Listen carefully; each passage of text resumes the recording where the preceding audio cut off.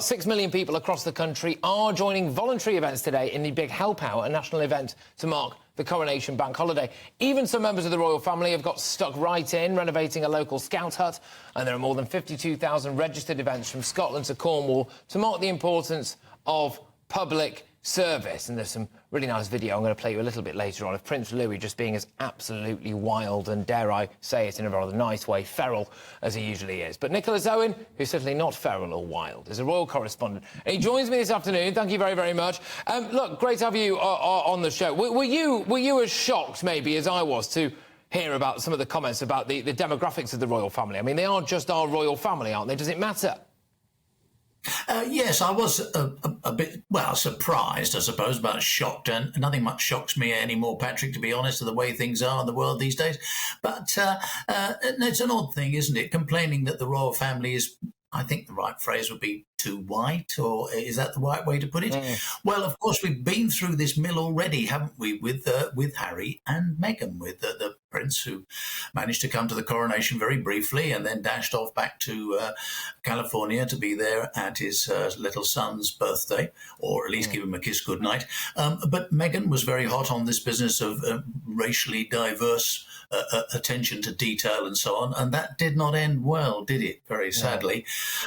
So I think it's a bit tricky. I mean, well, the irony is, the irony, of course, is, Nicholas, that the balcony would have been less white had Meghan decided to accept the invitation and actually turn up. And this is something I can't quite get my head around. I mean, seriously, the option was there. The opportunity was there for the balcony to have been more diverse than it was, and Meghan, that particular individual, said no.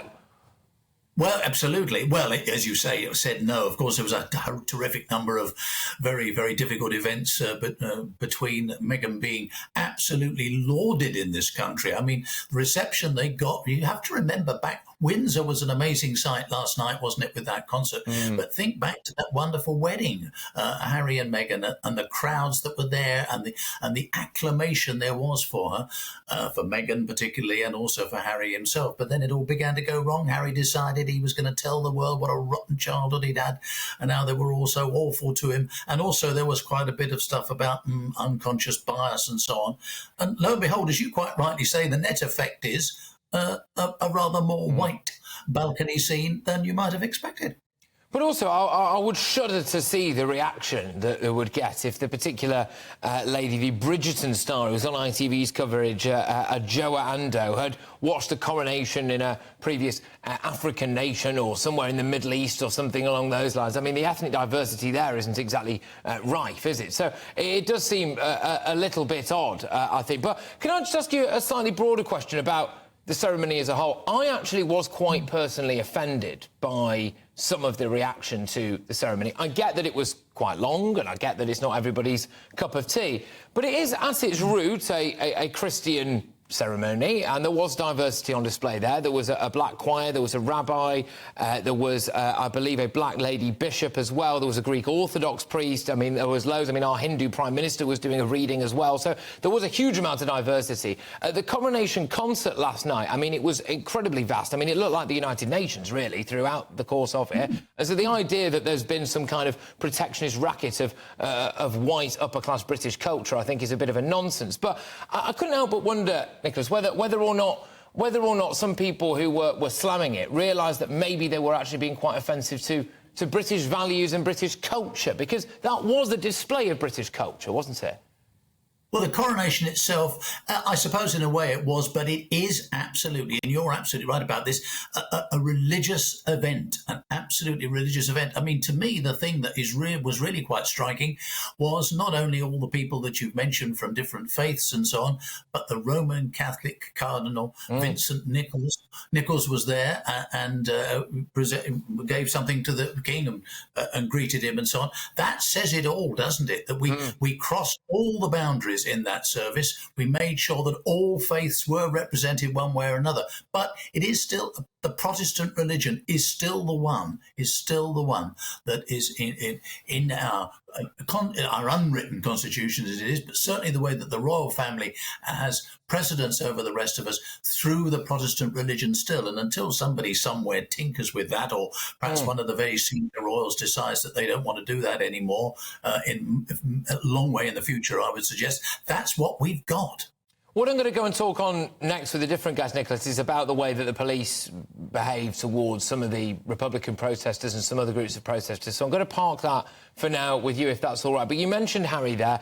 Bit of a mixed bag, some of the reactions to Prince Harry. Some people saying he's damned if he does and damned if he doesn't, and I can get that completely. He turned up, he was in the country for a grand total of around 28 hours. By my calculations, and you can work this out online, the 2 flights that he took amounted to something like 15 tonnes of CO2, which is rather a lot of offsetting. He's going to have to plant some kind of kale plantation in South America if he's going to make up for the amount of time that he was here and the jets that he took, which for a privacy-hungry eco-warrior was not necessarily the best thing in the world. But quite depressingly, I read this morning that King Charles had done a little toast to Archie, wherever he is.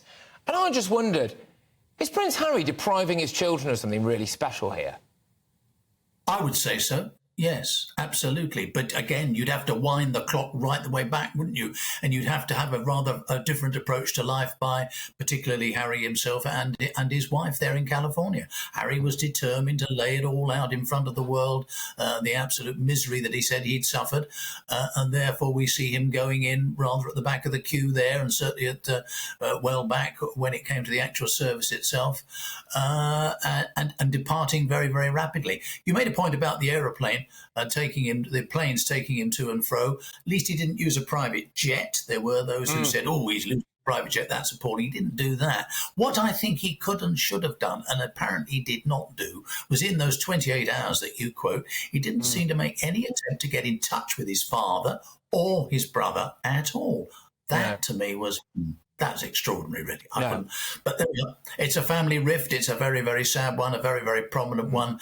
The coronation mostly made us forget it, only for a few fleeting moments. It did, and I think there's a big contrast as well, Nicholas, between what we're seeing today, which is this big help out between, you know, Prince William's there doing his thing, and you've got the kids with him, and they are learning, I think, a bit, aren't they, about service and about what it means to be a part of the royal family and a part of Britain, and they're lapping that up. Now, yes, you could argue, of course, that Harry's kids, touch wood, will never have to be in line to the throne in the way that Williams are, and so there is a key difference there. But when we're looking at, you know, Prince Louis driving a digger and George and Charlotte, bless her, desperately, Charlotte's basically got Louis's reins all the time, hasn't she, trying to cling on to him, and you think those children are being raised very differently, and I just feel a little bit for Harry's kids, although, of course, maybe they'll grow up to be very, very happy. Look, Nicholas, thank you very much. We're going to leave it there, but always a pleasure. What a way to start the show. Nicholas Owens there, who's a royal correspondent, and he was just talking about all things royal.